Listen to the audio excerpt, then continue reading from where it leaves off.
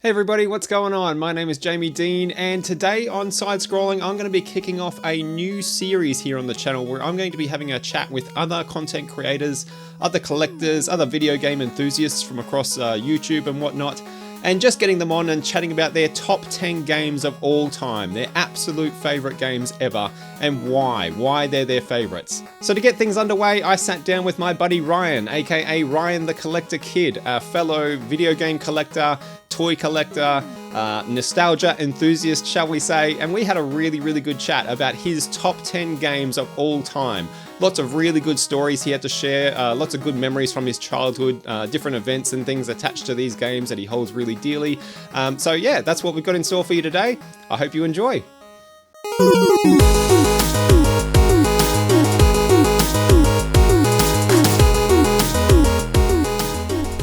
All right, well, firstly, thank you so much for coming and hanging out, man. I know we've been trying to get this together for a little while now, trying to schedule around busy lives and clashing schedules and all that sort of thing, but we finally managed to do it. Before we get into your top 10 games ever, do you want to just talk a little bit about where people might know you from? Yeah, so some people may know me as Ryan the Collector Kid. Got my own YouTube channel, which I started in lockdown around 2020. And it was really to kind of showcase collecting vintage toys in the 80s and 90s, so like Ghostbusters and Doctor Who. And that's where it stopped, isn't it, Ryan? That's where it stopped. That's where it stopped because it just stayed there. It is now imploded to everything 80s and 90s and retro video games. So it's kind of I'm running out a bit of space here, Jamie, but is this your collection room that you're sitting in now? This is my collection room here. Yeah, right. Yeah. You've got a dedicated room for the collection. Dedicated room, which my kids rarely come into. And, the lock and key. But no, it's my my safe space. It's also my study space. I'm currently studying game and art design as well. Oh, nice. So, yeah. So I'm like, awesome room to be able to have that inspiration. Oh yeah, absolutely. Well, do you find it distracting, or is it like give you just the good vibes? Yeah, okay, all right. Well, like, I just play a PS2 game or break, or just to get me warmed up, you know. An hour's gone. I'm like, oh crap. I'm playing a bit of Where's Wally in your backdrop. Do you have like? I'm going to put you on the spot. Is there like one? Yeah, you're right. One piece that's like your holy grail, crowning jewel in your collection? That I don't go and get it or anything, but what would be what would be that one grail in your collection that's like the ultimate? It'd probably be the it's a bit hard to see, but there's the Doctor Who pinball machine. Right. Yes. Back there. Yep. That's kind of my pride and joy. How did you get a hold of that? So I'm originally from Melbourne. So moved over to Perth in 2016, but about 13 years ago, I found one on eBay for about, I don't know, $2,500 or something at the time. And it was in Geelong. And basically me and my mate got a van and we went over and picked it up. So it's kind of the story there, but they're not as cheap as they used to be. No, not by any. Why that one? Why that particular Doctor? Obviously, I'm guessing you're a big Doctor Who fan. Yes. Yeah. So, there's obviously a story there. Growing up as a kid, my dad used to watch sci-fi, and he got me into Doctor Who and used to record it VHS for me. And so, from a young age, I was hooked on Doctor Who.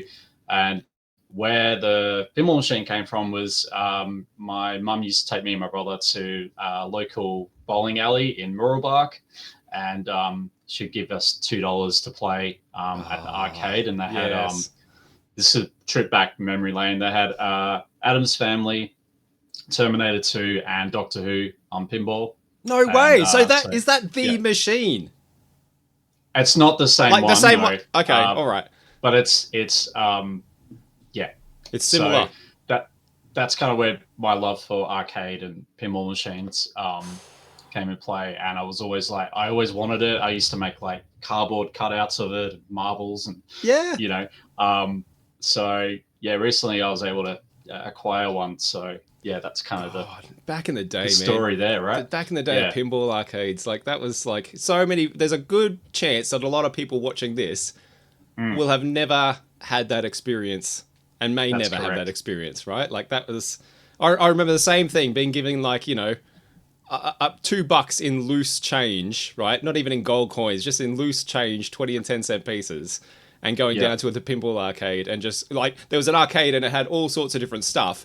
But you would go to the pinball machines because they were the cheapest and you get the most correct. bang for your buck out of the pinball machines. Out of it. Yeah, absolutely. So good stuff. Whenever we went on holidays and that, I'd always look out for a pinball machine or a Doctor Who one, and ask mum and dad for $2. So that's kind of thing of a bygone era, isn't it? Oh man, absolutely. Take us back. Well, you don't need one now. You got it right there. No, I've got it there. Room. Yeah, that's right.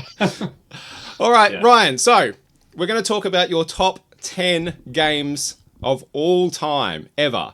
Yes. Let's get into it, man. I'm excited. Right, I'm looking forward to this. I love a good top 10 list, and I think, as we were talking about before we started, I think a top 10 games list gives you a good sort of like insight into a person just because of the medium, I think. Because video games tend to be related to periods of time in your life or people in your life or, absolutely. More so than other forms of media like movies and books and whatnot, I think, anyway.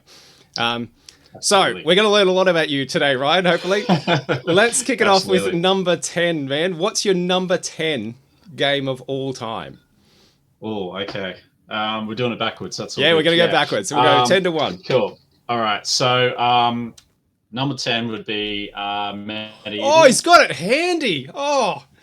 I've got them all set up. So basically this was when you used to get the PlayStation magazines and you'd play the demo disc. And this was kind of on the demo disc. And of course I had to have this one. So that would be, my number 10.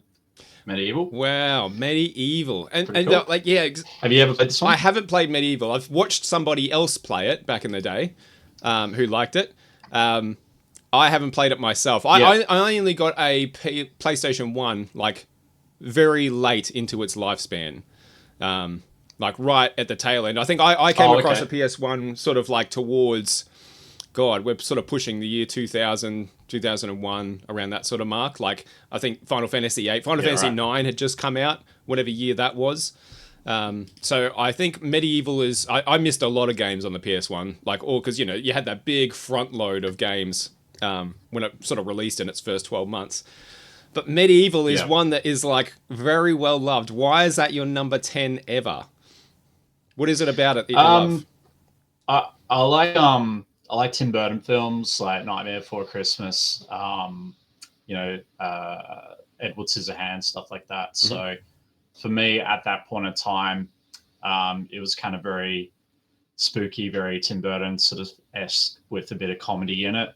You basically play this knight in shining armor who's kind of going to the netherworld and attacking zombies and things like that. So I just I played the demo and I was like, I've got to have this game. So that was kind of the only way you could really experience these games. And as we'll go down the list, you'll kind of see what lots of other ones. But a bit of a backstory, I would say my first console was the PS1. Yeah, right. And that was 1997. So it was kind of when they'd just come out. And my mum just gave it to me one day. Wow. I was like, okay, cool. And it wasn't until early this year that I found the true story out, was because she sent my brother to New Zealand for a holiday, and she felt bad, so she wanted to get me something, and so I pretty much got the PS1, and so I think a lot of these games are going to be pretty PS1 heavy, but that's kind of where my head was at the time. Yeah, absolutely. Did you say that was your first console? Yeah. Yeah, wow. 1997 in the PS1. Yeah. I mean, what a way to start, though. What a banger. Absolutely.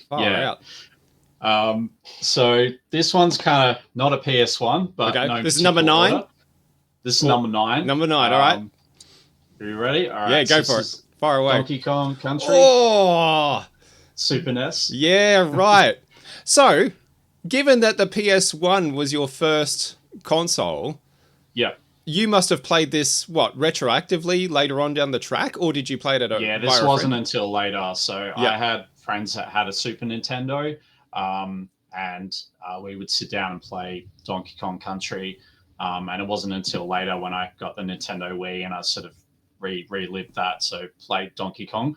But this would be a recent acquirement, as well as the Super Nintendo. So Yeah, right. yeah, A recent addition to um, your collection, that one. that's correct. Yeah. Nice. So yeah, so there you go. Yeah. So that was, by the sounds of it, something that you would have played. You said friends had the console at the time, was it? Or Yeah, so I had friends that had a Super Nintendo, yep. and we used to play Donkey Kong Country and So even Fail though it's a quite a single lot. player game, this would have been more of a group experience Group for experience, you. yeah, Yeah. Which that's absolutely. my favorite way to play single player games. My favorite way to play video games, I think, is to play Yeah, single player games with people. I just think it's just a cool. I don't know. It's a lot. It was a lot more common back then of a thing to do. yeah, That's sort of like gone by the wayside now. But there's just something about experiencing, I don't know, like a storyline or something together with someone, yeah. even though there's For the only first one time, input. I don't know. It's just, yeah, it does it for me anyway. That's a banger, man. Like absolutely, Dominic on the yeah. channel, that's one of his absolute favorite games. He just did a playthrough of it fairly recently. Got all the way to the end. Did you Oh, finish it? nice. Have you ever I finished haven't it? finished it though. It's brutal. Just watching him play it, I was like, nah, I would have I clocked think, out well and truly ages ago. yeah. Obviously, the furthest I got was, in the gold mines with the you go on the rails With and the stuff, fucking and minecarts, yeah.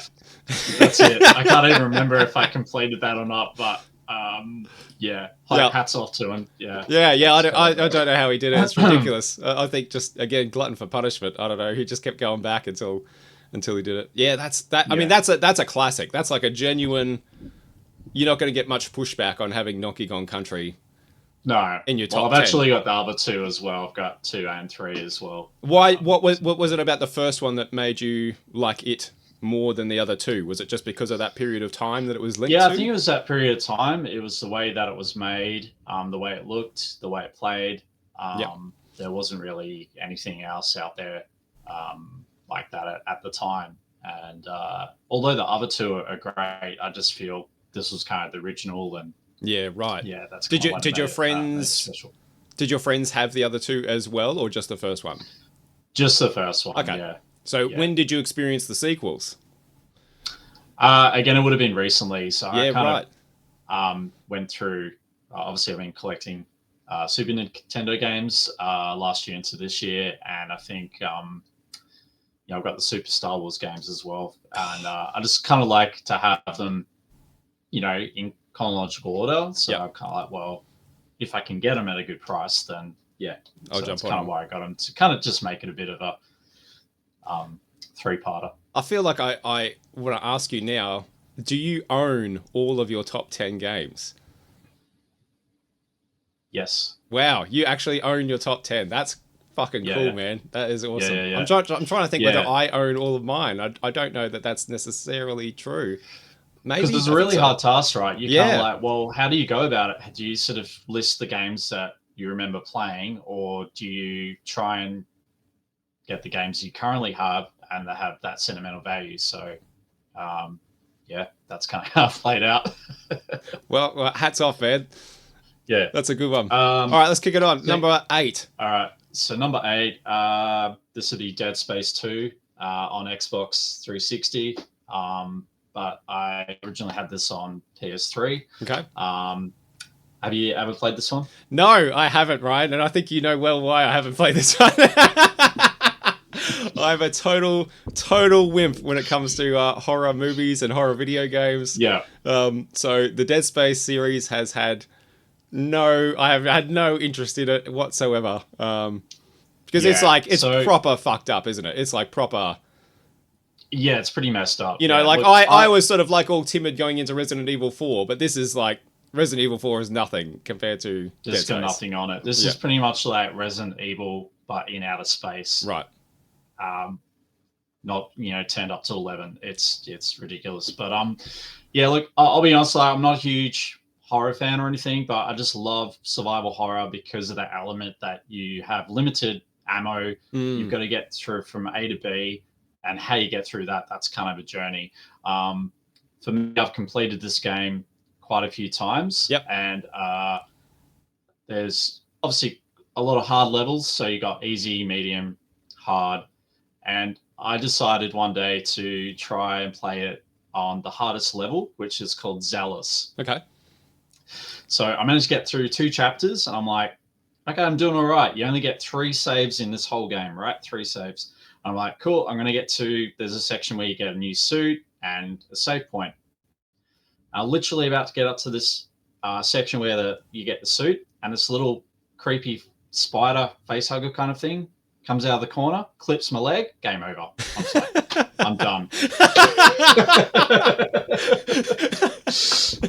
You're like, God damn it, top 10 ever. Yeah, I know. So I always, games that I really liked playing, I would kind of try and replay them and try and get, all the bonus suits or bonus weapons and stuff like that. So Dead Space would kind of be pretty high up there for me. The second one was, I know they've remade the first one, but the second one, in my opinion, is if you're going to play any of them, this one. But yes, be careful because it could give you some nightmares. Yeah.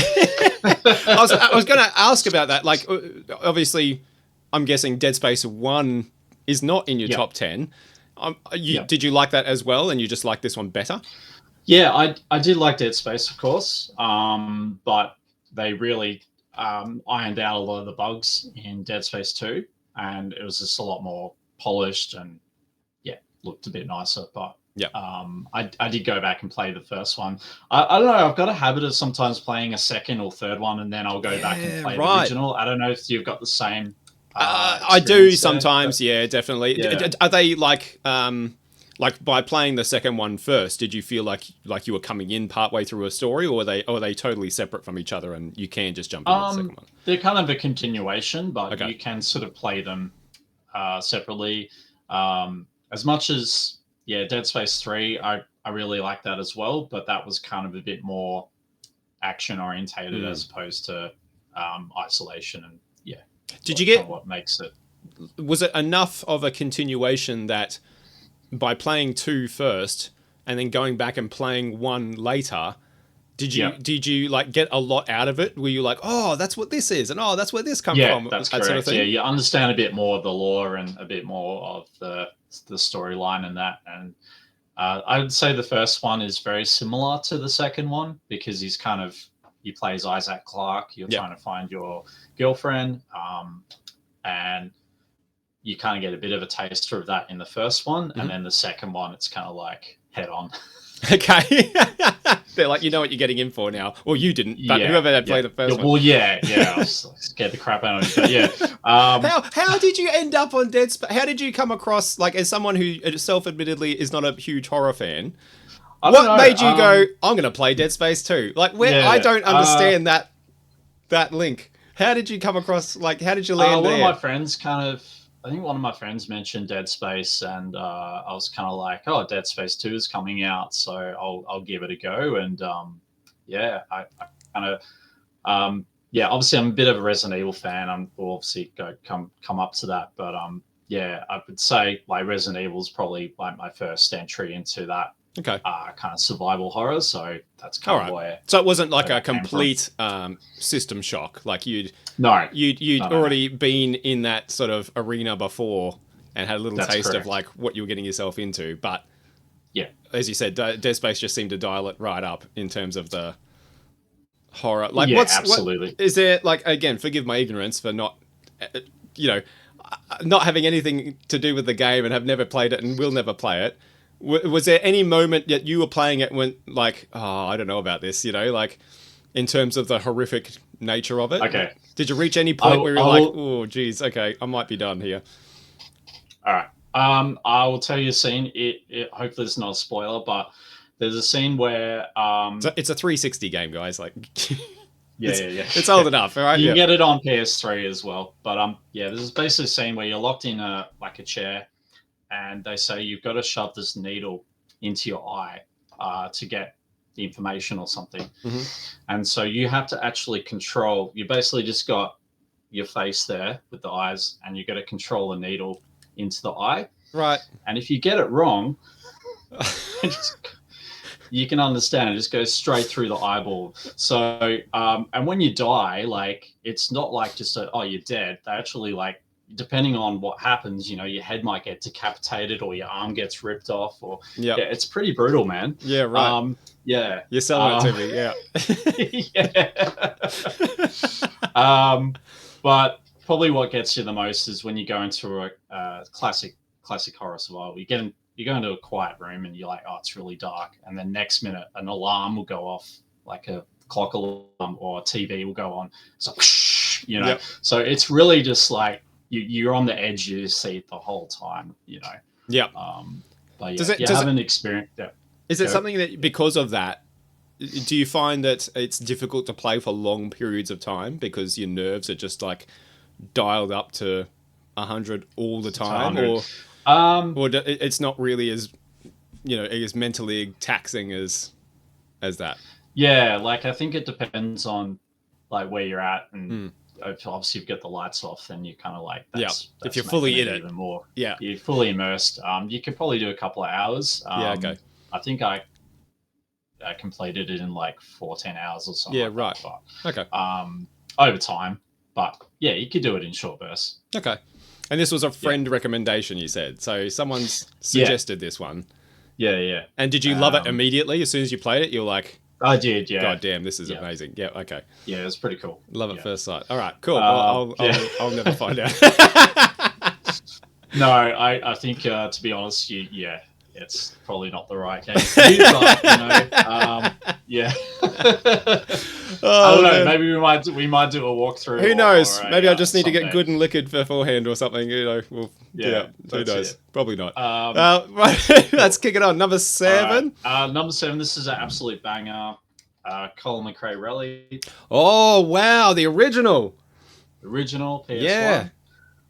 And I apologize, I know it doesn't look like this to you, Ryan, but to everybody watching, your video is actually mirrored, and so all these covers are coming out backwards. So, but you get the idea, okay? Oh, right. Yeah. Okay.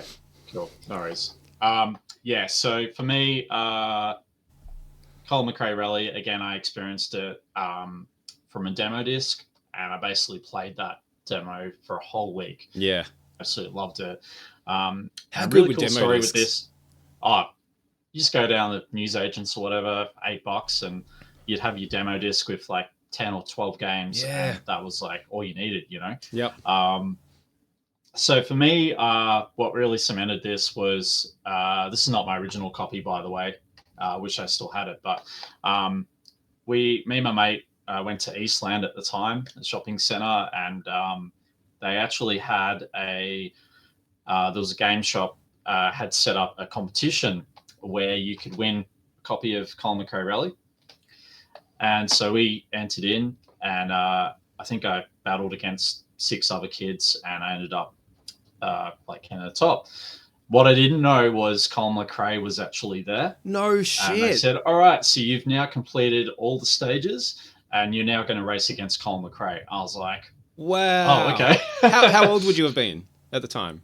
Would have been about 17. Yeah, right. Yeah. Far out. Yeah, 16, 17. And how'd that go?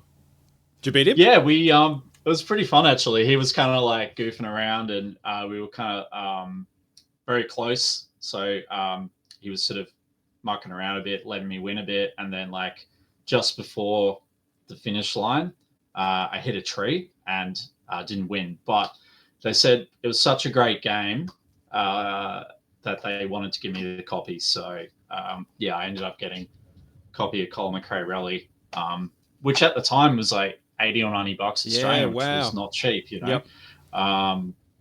That was. Is that the copy? It's not, sadly. No. I know. I managed to acquire Stupid past, Ryan. I know, but it's still got the original book and everything. Yep. Wow, so, that is a cool story. It's a pretty cool story. Yeah. And then, as you know, sadly, he passed away a couple of years after that. So, it was a privilege to actually meet him. And that's wild. That is wild. Yeah, that is nuts, man. Holy shit. Yeah, I just didn't know. Yeah, I didn't know that would sort of happen. And how much time between you first encountering the game and having that race It was a week. So you got the game for the very first time, and then a week later, like just barely had come to grips with it and seen what it's all about, and then a week later you're racing Colin McRae.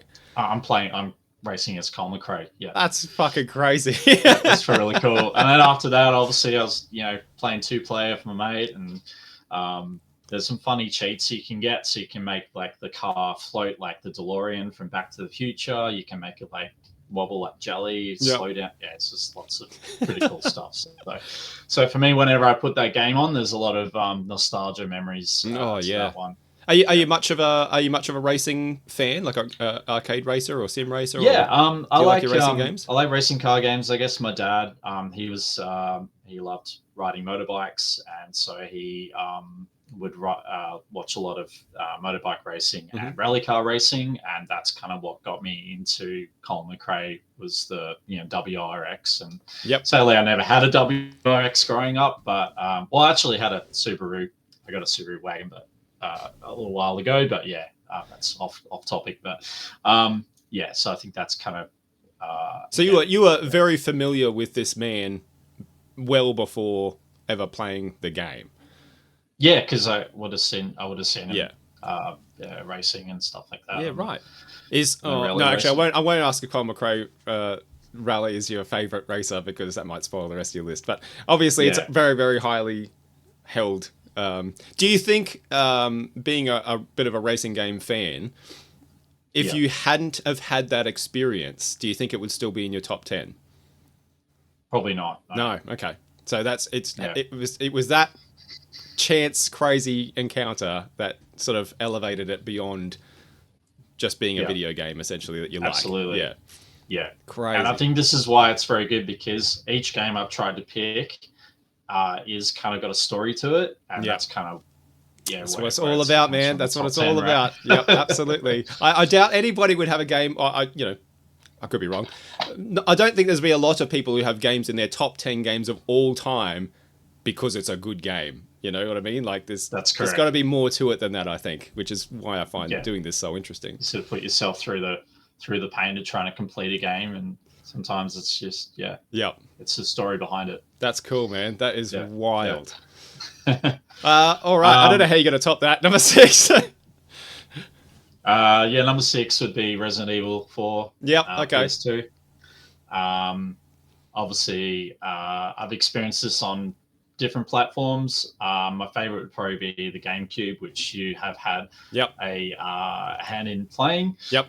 Expertly. So so I'm looking at trying to get a copy of that for the GameCube. Nice. I do have Resident Evil for the GameCube, so that's pretty cool too. But for me, Resident Evil 4, as you know, it's very, very different to the other 3 that came out. Yeah. And that's what I love about it. I love that you're in a different country.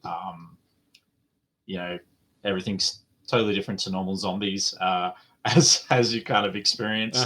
I just love the kind of the missions and going through each level and getting your gold and your weapons and upgrading and stuff like that, as you'll find out. But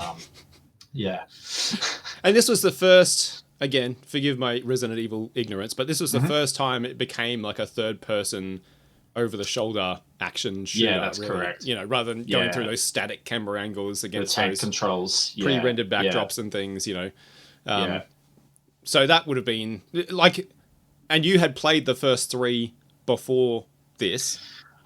Yeah, I played the first 2. Okay. Never played the third one.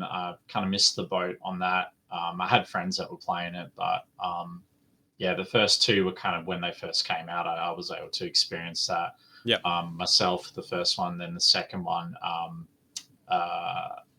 played with my friend till like 1 a.m. in the morning. I guess I'm going off topic here, but I could share a little story there. 1 a.m. in the morning, I went to get a drink or whatever, and he had a Doberman dog or something. No. And 1 or 2 a.m. in the morning, you just kind of like, you're pretty buzzed from the game, and this Doberman dog just came out of nowhere, scared the absolute crap out of me. I was like, "What are you doing?" So yeah, it's things like that make people like lifelong fear of dogs and things. Yeah, isn't it? that's correct. Yep. Yeah, it didn't attack me or anything, but it was kind of just came out of the shadows. And no, man, no. I was just like, no. But yeah, God. my first experience was obviously Resident Evil on the PlayStation. That was kind of my first game that I hired from the video store at the time. Yep. Yeah, having those zombie dogs jump out of the window was just like scared the absolute crap out of me. Yeah. And that's kind of Hey, it was the rest was history. Yeah. Did you find? So obviously you've played Resident Evil 1 and 2. You've loved them quite a bit. When it did the huge overhaul of what type of game it was, how it controlled, how it looked, everything like that. So when you first came into Resi 4, were you like immediately like, what the fuck is this? Like, were you put off by it at all, or were you like, no, this is great? No, not at all. Okay. I really enjoyed it because it was kind of over the shoulder. It was different. It was kind of what everyone was, other game developers were doing at the time. So, I just kind of liked the atmosphere and the again, survival horror. You know, you've only got a couple of shots and you got to try and make it count. Yep. With each enemy. So, as you will find out. Yes. So I recently played Resident Evil 4 for the very first time on the channel, and Ryan has given me some pointers. It was an interesting experience for sure, because I hate. Yeah. I really like the idea of survival horror. Like, I want to find a survival horror game that's for me. Because I do like the tension of it, right? Like, I like the limited ammunition and the slower pace, and all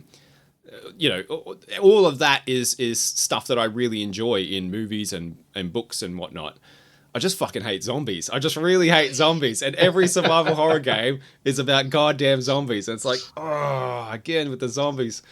So if I can ask you, I know you mentioned this in that episode, but you said you were scarred for life. Going to a friend's place, and So can I ask what kind of film was it that? It was Resident Evil 1. Okay, that was the game. Except that, how old were you when you played Resi 1? I would have been 15, 16. Yeah, right. I was like, let me think, 9? No. Yeah. I was much, much younger. Like, I was still in primary school. Yeah. Okay. And so, far younger than you should be playing a game like Resident Evil 1. And I just had this fucking friend. You know, everyone's got this friend. Everyone has one who's just seems to be able to do whatever they want. Who can watch whatever they want, play whatever they want. It doesn't, like, ratings just don't seem to mean anything. Everyone's got that one buddy who's like that. And this was this one buddy who I saw all sorts of fucking movies and shit that I should never have seen by going around to his place for sleepovers that probably have had all kinds of traumatic effects if you really delve into it. But, Aliens. Alien, Predator, whole bunch of like 80s, R-rated movies and things. And one sleepover for his birthday, he got a PlayStation 1 for his birthday, and he got Resident Evil with it. And so that's what we were playing at his sleepover, and far out, man. It was just traumatic for me. Are you still in contact with that friend? Or? No. No. It was interesting because, like, we liked a lot of the same stuff, so we got along really well. It was just I was obviously a much, much, much more sheltered child. Yeah. Yes. And he was like about as far the opposite as you could possibly get, like watching the Predator movies and stuff at like 9, 10 years old, which I'm sure is true for like lots of people, but absolutely. Yeah. It wasn't my reality. And so being confronted with that sort of stuff at that age when you weren't exposed to that sort of stuff normally and regularly, was interesting. It was an interesting experience. Yeah. And I did not enjoy that sleepover at all. No. My experience in primary school would have been went to a mate's place after school, and I experienced Ghostbusters for the first time. Right, yep. And that scared the crap out of me. Yeah. But I also liked it as well. Obviously, the Library Ghost and Slimer and all that. Yep. But then on the retrospective, I saw Star Wars for the first time on VHS, and I know that I didn't get to experience it in the cinema like everyone else did until later when they did the reimagined trilogy in the 90s, like 1998, and that was awesome. But yeah, that was kind of my experience. But it wasn't until high school when I was like doing sleepovers at a mate's place, and his parents just casually put on Aliens, and Jesus. I was like scared the absolute crap out of me, like the face hugger, Yeah, that's crazy. Going, and then Predator, and all the classics. His parents just didn't care. They were just like, yeah, let's let it rip, So yeah, I don't know if to blame his parents or blame him. I don't know. It's weird, isn't it? It's just weird how those things come to be, I find, like, especially when we, both having children now, look through it from a completely different lens. And it's like, I can't imagine, like, we had a sleepover, my daughter had a sleepover, she's like, a teenager now. Had a friend over recently, and they watched Jurassic Park for the first time. Like, she had seen Jurassic Park and loved it, but her friend had never seen it. And we had to go through the whole process of, like, talking to the parents. Hey, this is what they want to do. Is this okay? Are you all right with this? Is she going to be all right with this? Whereas I'm thinking back to, like, your Aliens experience and my fucking Resident Evil. It was just like, just whatever, go for it. This is so sad. Yeah. It's just different time. A different time. Oh, man, Absolutely. That's crazy. Yeah. What number was that? I can't remember. Was that 6? Resi 4? I feel like we barely even talked about fucking Resi 4. I know. Resi Great game. 4. I loved it. Game. I've completed it several times. So much replay value in it as well, which is what I love about it. I think all the Resident Evil games kind of had really good replay value, and that's because you kind of knew, you could get an extra weapon, or you can get an extra costume or something like that. So I think for me, Resident Evil 4 not only changed the gameplay, but also opened up that opportunity to be able to replay your games, which I think's really cool.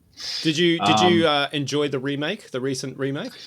I did, yeah. It's pretty much exactly the same, but again, right at the start, absolutely freaked me out, man. That's what I heard, that they had ratcheted up the horror element of it. Full cult. Right? I mean, there's cult in it anyway. Yep. There's full cult around this chick, and they just cut her head off, and it's like, what the hell? You're like, whoa. Yeah, I'll skip that. And just like it's again, they've turned it up to like it looked like they dialed it way up. Yeah, in terms of. But for me, I think the GameCube version was probably the best in my opinion. Yeah. Okay. I mean, remaster is awesome, but I think like if you take it back to the original, GameCube graphics wise is probably the best version. And it looked at the time was an amazing looking game. Like it was an incredible looking game. Yeah. I know the PS2 version was kind of the first one to come out, and that's kind of aged a bit. In regards to the quality of graphics, but it's still the same game. Yeah. Like when I was playing it, you could tell obviously this is an old game, but it wasn't like playing GoldenEye, where it's like blockheads and blockheads. It was like wow, this is really fucking aged. No, it still looks good. I think anyway. Absolutely. Artistically. Yeah. How many times would you have finished that? Probably, I don't know, 10 or 12 times. Yeah, right. Okay. Yeah. So proper Resident Evil 4 veteran. Out of 10, how would you rate my performance in Resident Evil 4 for my first attempt? Probably 7. Oh, I'll take that. It's actually not bad. Yeah. Yeah. Right. Yeah. Okay. Yeah. Wow. Yeah. Nice. I think I set you up there for like. Yeah. I mean, I could have said lower, but that's what I mean. That was your moment. That was your window. Man, and I was kind of like, look, I think, you definitely, I think you can keep going, man. You messaged me and you were like, "Oh, well done, dodging the chainsaw guy," and I was like, "Chainsaw guy?" Like I didn't even know there was a chainsaw guy. Yeah. So you didn't. I mean, yes, I dodged it on purpose. Yes. Yeah, you didn't trigger that, but there's obviously a certain area when I think you go up the stairs to where the shotgun is, and if everyone's of the yeah, everyone's still going crazy. Then there's a chainsaw guy that comes out. Yeah, right. Yep. And brilliant. And that is hectic. Yep. Yeah, I bet. I was having enough trouble with just a fucking normal. I know you were just having enough trouble with the villagers, let alone some maniac running at me with a chainsaw. With the Hessian bag. Yeah. Yep, I need to dodge them at all possibility. Yeah, I liked it though. I did enjoy it, even though it's a genre I don't like. I'm pretty sure I can tell that it's a game that I'm going to get to a point where I'm like, okay, I think I'm done here, because I can just tell that the horror is just going to get getting ratcheted up and up and up to a point where I'm no longer comfortable with it. Like, it's no longer fun. But up until that point, I think I enjoyed it. I enjoyed it way more than I thought I would. I was doing it, you know, as a bit of a laugh with Scott for him to have a giggle at me. You know, being a chicken, but I ended up surprisingly really liking it. So that's I can see why for yourself, and I think for a lot of people, it's such a well-loved game. You know, it truly is. Yeah, it does test the standards of time. I'd say it's still pretty up there. And a bit of a timeless design. Timeless game. Yeah, which is hard to come by. All right, number 5, right. Ryan. All right, so this is what's better than Resident Evil 4? Resident Evil 4 is totally flipping garbage compared to this. You ready? Yeah. Point Blank. Oh, Point Blank! Oh, holy shit! In your top 10. Yeah. Wow. So for me, used to play this a lot at Time Zone. Yeah. With my brother and friends and stuff like that. And when it came on PlayStation, we hired this out at the video store. So it wasn't a game I never had. I just hired it. I never actually had it. And of course, you're probably thinking, you need a gun with it, right? You got to have a gun with it. Hey, there we go. Yeah. The OG. So I've got the G-Con gun. Nice. OG. So for me, is lots of memories playing this with my brother during school holidays and stuff like that. If you never played Point Blank, it's an absolute blast of a game. No pun intended. Slick, Ryan, slick. Yes, pretty slick there. Smooth. But I got this probably early this year, and I played it solidly for a couple of months. You know, they also did a couple other ones as well. So I think they did Point Blank 2 and 3. But as you know, retro games are getting more and more expensive. Yeah. So Yep. Did you playing this at home? So was this an arcade thing first, like for you? Did you play this at the arcade? So for me, I played it at the Time Zone. And then how much time had transpired between playing it at the arcade, roughly, and you going, actually, I think I want to buy this for myself, or getting it for yourself? Would have been a long time. Yeah, right. Okay. Back in the 90s, it was kind of more just a moment in that time where I had just hired it. So I've never actually bought it until now, to be honest. Yeah, right. But whenever I go to a Time Zone or an arcade, I always look for Do they have Point Blank? Point Blank cabinet, and I play a bit of Point Blank. So that's kind of there. But for me, the memories behind that would be playing that with my brother. Nice.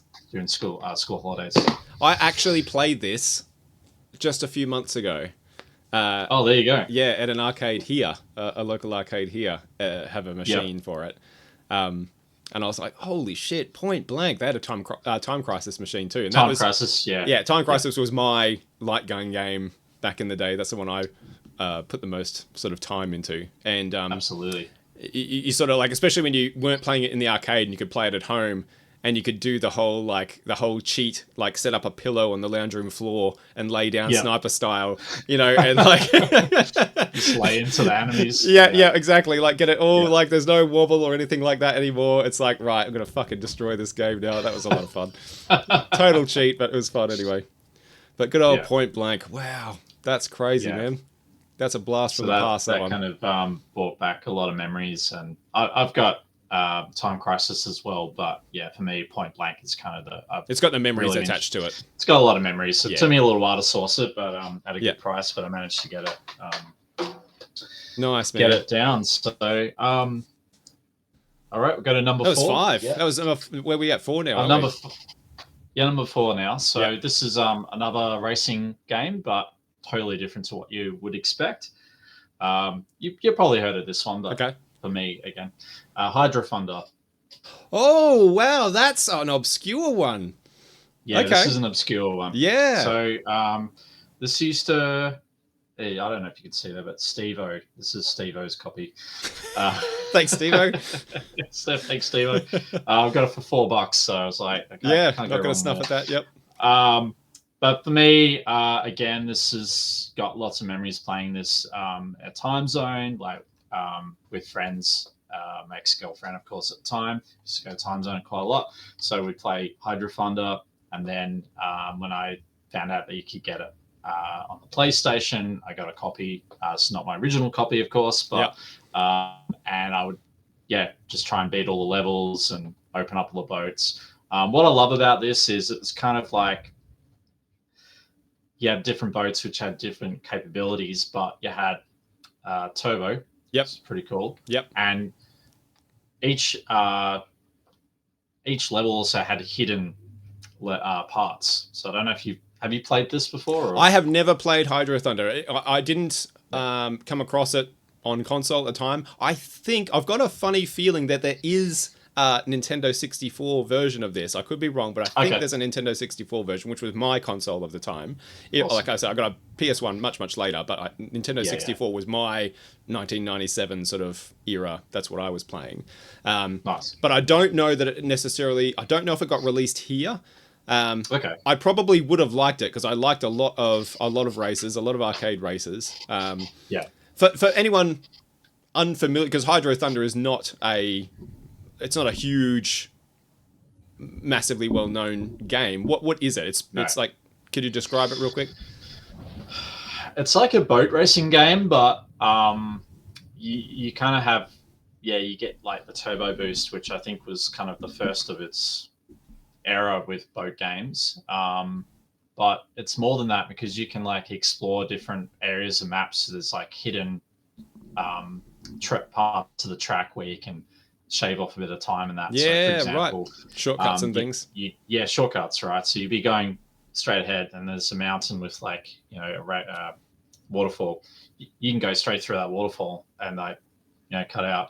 But for me, like I would say when I was playing at the arcade, there was like a level where you went to like this mountain inside and it was like full on like Bermuda Triangle. So you had like freaking like aliens and flying saucers going everywhere in the middle of this racing game.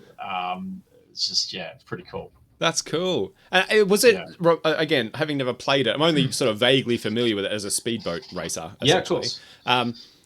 Was it like a really fast racing game, like similar sort of like, would you put it in the same category as like Wipeout, F-Zero X, that sort of thing, or was it much more? Absolutely. It was like a real speed racer. Yeah. I mean, the tagline kind of just says prepare for power, speed and thrills of Hydro Thunder Superboat Racing. So it's nice. Supercharged. That's the name of your autobiography. Yeah. How so that's one that again was an arcade go-to for yourself. Yeah. And did you pick it up for the PS1 at the time, or was it a much later acquisition? Again, this was picked up later. I think I probably would have hired it, or one of my friends might have had a copy at the time. And that was kind of the late 90s, I guess. Mid-90s, late 90s. I think it came out at 97, 98, so Nice. Gone back a bit, but How many? I'm trying to think how many people would have Hydro Thunder in their top 10 games of all time. I love it, man. That's a niche pick. That's cool. It certainly is. Yeah. It's not a very common game, and I think that's why I decided to make it be a bit of a hipster 10, about it. Yeah, nice. Yeah, that's right. No, nice one. I think if I had played it back in the day, I would have liked it because I liked F-Zero X. I liked Wipeout. I liked Wipeout. Wave Race, if you ever played Wave Race. I loved Wave Race. It wasn't as fast as Hydro Thunder. It was more like a regular sort of arcade racer, but on the water. I would have loved it, I think, if I had access to it. There was another one that I played the demo called Roll Cage. I don't know if you've played that one. No. was on PS1. So you basically like a car, but then you can flip upside down. Oh, yes. And, it kind of brought in mechanics very similar to Mario Racing, so you could like shoot missiles and magnets and and it had cool like techno music and stuff at the time in the 90s. So, yeah, cool. Roll Cage, pretty cool. There were some good races in the 90s, like real good stuff, especially like given that it was sort of like the dawn of the 3D era.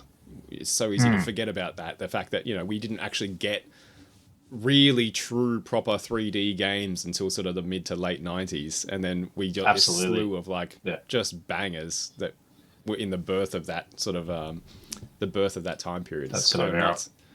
Yeah. And I guess that's why we hold on to them so dearly, isn't it? Because we hadn't seen anything like that before, and that's a difficult thing to explain to, I guess, people who didn't grow up in that era, in the sort of the late 80s, early 90s, where you were just sort of confined to the retro 8-bit, 16-bit stuff, and then along comes 3D games, polygons, and it's like mind-blowing shit. Mind-blowing. Yeah, like absolutely mind-blowing. Whereas now it's like, you wouldn't even look twice. Like you look, the ones that aren't 3D, like 2D games now, pixel art games now are the ones that stand out, right?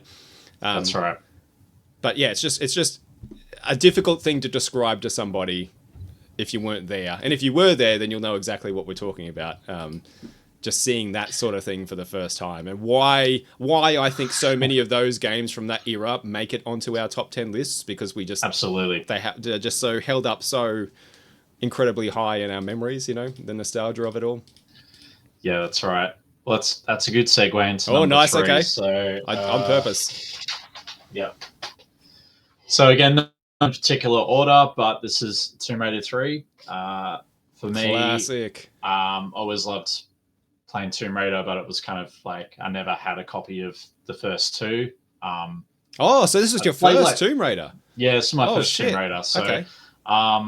And again, going on with theme, I basically played this demo of Tomb Raider 3 on the demo disc, and I played it again for a whole week. Absolutely loved it, to the point where I actually drew out the map. So I actually created a map of the whole level. Wow. So I basically mapped it out. So for me, my mum's originally from New Zealand, so around Christmas time, I got to visit my grandparents and my uncle. And so for me, I was like, I want to get a copy of Tomb Raider 3. And it wasn't cheap at the time. I think it was like, I don't know, 115, 160 bucks or something. Out. And I saved up my money. We complain about games being expensive now, but like, I know, right? Saved up my money and I got it. And you know what? I finished it on my holidays. So, so I know most people kind of go, Tomb Raider is like any other game, but for me, it's kind of the story behind it is I loved it so much that I, drew out a level and then played the demo enough to then buy it, in New Zealand at a huge inflated price. So. Thanks, New Zealand. Yeah. So, And given the PS1 was your first console, you surely wouldn't have played anything even remotely like this before, right? Like a third person, absolutely not. A third person sort of action adventure puzzler. Yeah. That would have been like out of nowhere for you. That's cool. No, man. That's right. But the cutscenes are cool. It had a full story. I liked it that it was, very kind of Indiana Jones, but you're obviously a female trying to sort of find different, artifacts and things like that. So, there you go. Nice one. I'm Tomb Raider is one that, like, you're saying that you played it on the demo discs. Like, Tomb Raider was always on those demo discs. Always. It was like a staple for demo discs. If you picked up a demo disc on a magazine, Tomb Raider was going to be on there. Tomb Raider? Yeah, it was always on them all the time. Yeah. I completely missed the Tomb Raider series, and I would have adored them because I love that Indiana Jones, Tintin, like Uncharted, like all that kind of adventure, real world stuff, like mixed with a little bit of mysticism.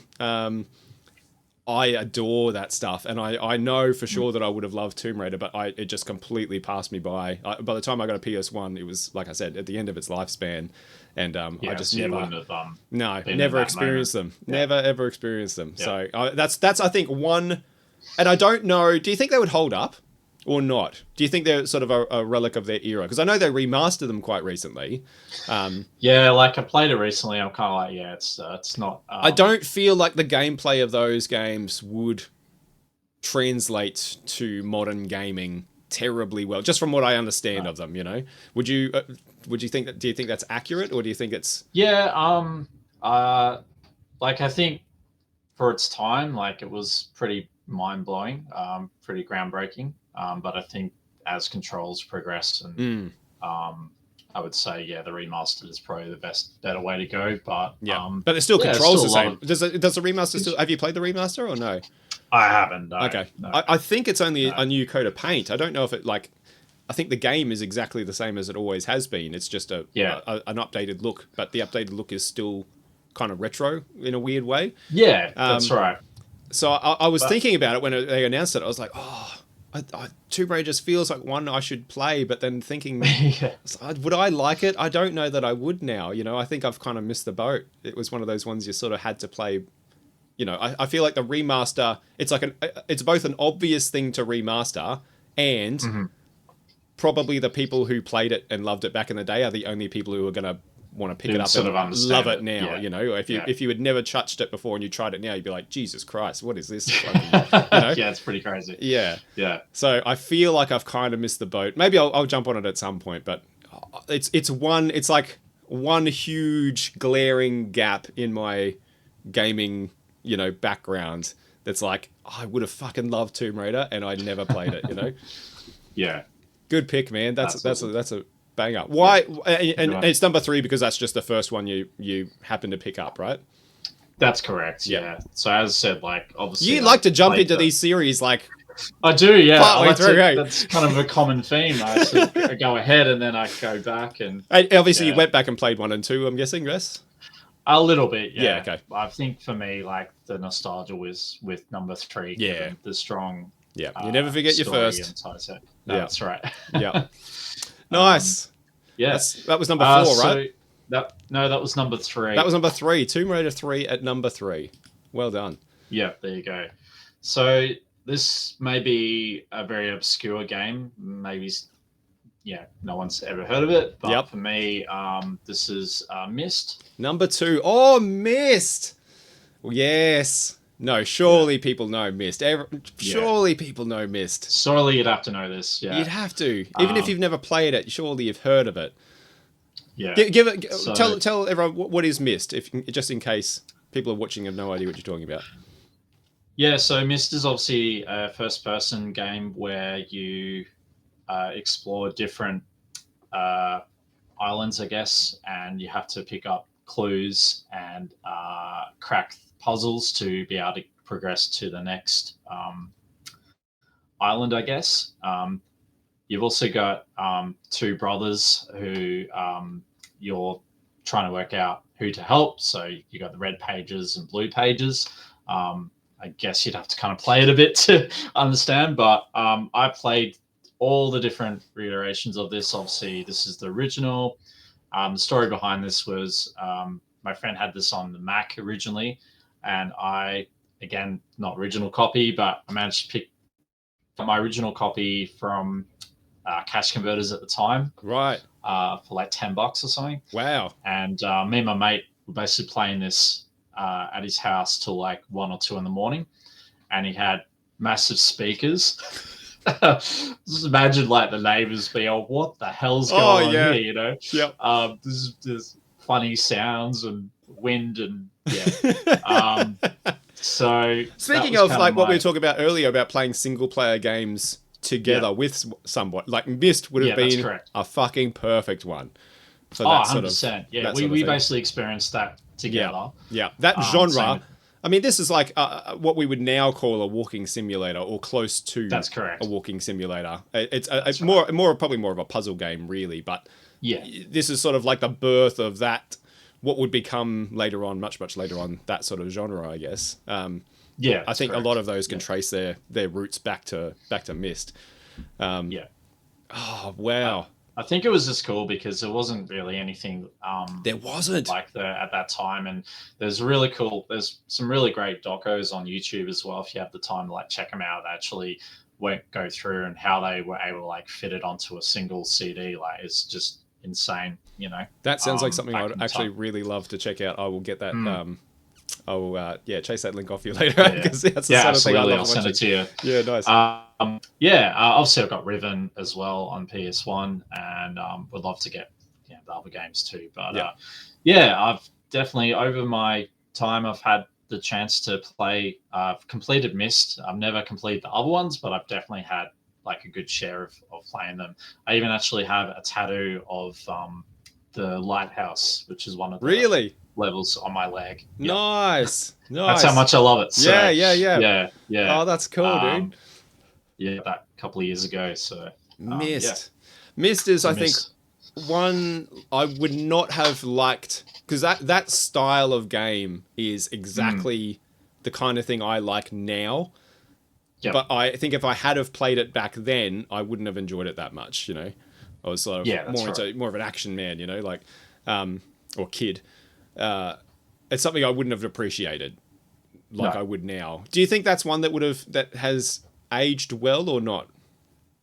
Yeah, look, as I said, like that version's a little bit slower, but they obviously have made countless remasters of it. You've got like Myst, Real Myst 3D and stuff like that, which kind of more polished. They've recently remastered Riven as well, so Cyan Studios are definitely still pumping out remasters and other games and stuff too. So I don't think it's going to be dying anytime soon. No, and I think it's that like Myst is sort of one of those weird. It's a weird case where it's the type of game that it is. It's sort of looks like it should have been this weird, obscure, no one's ever heard of this game back in the day. Yeah. But a lot of people just adore it and love it. Like I had friends back then who played it and loved it. I never played it, but they played it and loved it. And it's, you know, like you were saying, like it's if you grew up at the time, I think you would have heard of Myst at least, if not played it. And it's just not the kind of game that on the surface looks like it would have gained that big widespread notoriety at least. That's right. Yeah, it's an odd duck of its age. I think also the soundtrack or the music is what really makes it. You've got the music, you've got the atmosphere, you've got the sounds of birds and the water and stuff like that. And then when you actually complete a puzzle, you get that that joy of actually being able to go, yes, I got it. I worked out what it was, and then you get to progress to the next part. So I think that's why I love Myst is the challenge and being immersed in that world as well. Yeah, and experiencing it with a buddy, I think. Yeah, absolutely. You know, it's just that I'm perfect game. Friends with. Oh, you are? Day, so, that's awesome. Yeah. Have you guys ever replayed it together in adulthood? No. Like obviously he came over last year, and I showed him the games, and we kind of looked at it a bit. But no, we obviously didn't have the time to go through the whole thing. But that's what I'm saying. Like I think it's just a moment in time where you didn't have any worries, you didn't have any cares. You could just do whatever. Yeah. And why not play it on some big ass speakers? Yeah. And blow out the windows. You pretty much played that in the absolute optimal scenario, like with a friend, with the great sound setup. Yeah. You couldn't have orchestrated that any better than if you have actually gone to the real place, you know? Absolutely. Yeah. So we were really immersed. That's cool, dude. Myst. No, that's a great one. That's a great pick. Really, really good. Again, another one that, passed me by, but I think in this case, I just wouldn't appreciate it back then. I'm curious to see if I would like it now. It's one that I wouldn't mind trying again. Maybe one of the give it a go. Like it's pretty cool. Like, obviously try and find maybe the enhanced version because it'll be a bit smoother. But if you get a chance to play it, it's on PC and Mac and every platform. So nice. Well, that brings us, Ryan, to your number one. Your number one It's game crazy. of all time. Again, survival horror. No sort of guess there as to what it's going to be. But this bit of side story, well, information to it. At the time, I got my PS1 chipped because Oh, you naughty boy! It's kind of just like naughty. How dare you not pay $115 a fucking game?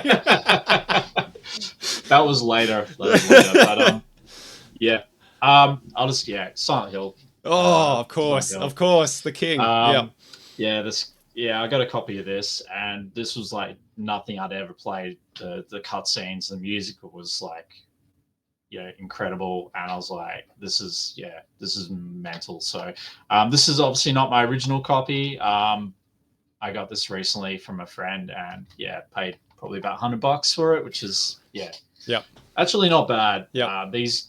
These range from like $100 to $300 on eBay, which is just insane. But again, there was nothing like it at the time, and you're kind of walking through the mist. If you've never played it, you're basically trying to find your daughter, and you're exploring like schools and things like that. I know you definitely wouldn't like it. It's pretty wild. But again, this is a moment in time. It was a game that I was able to acquire at the time, and there you go.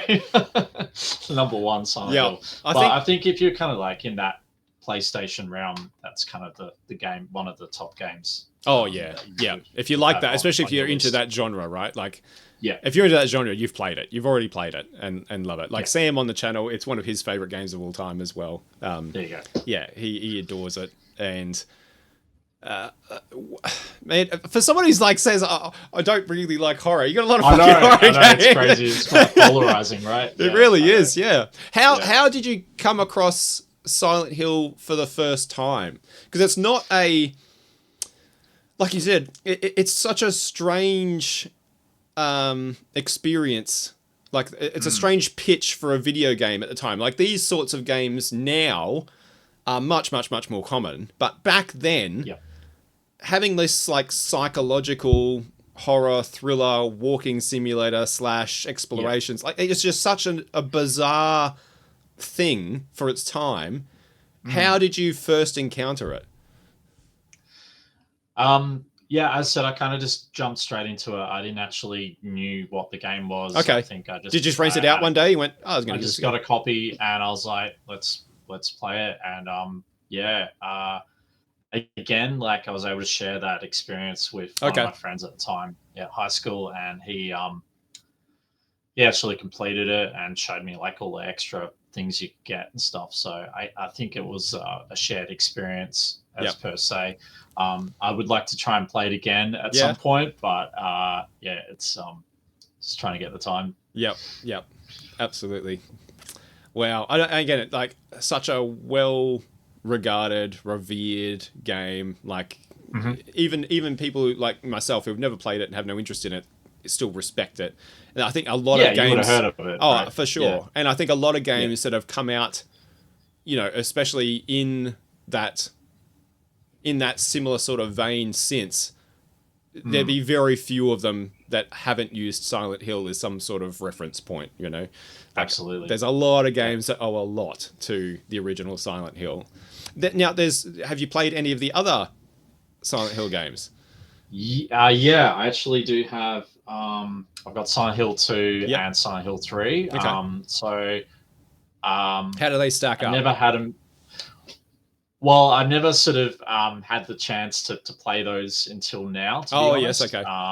So I'm still kind of in that boat of experiencing it for the first time. But I definitely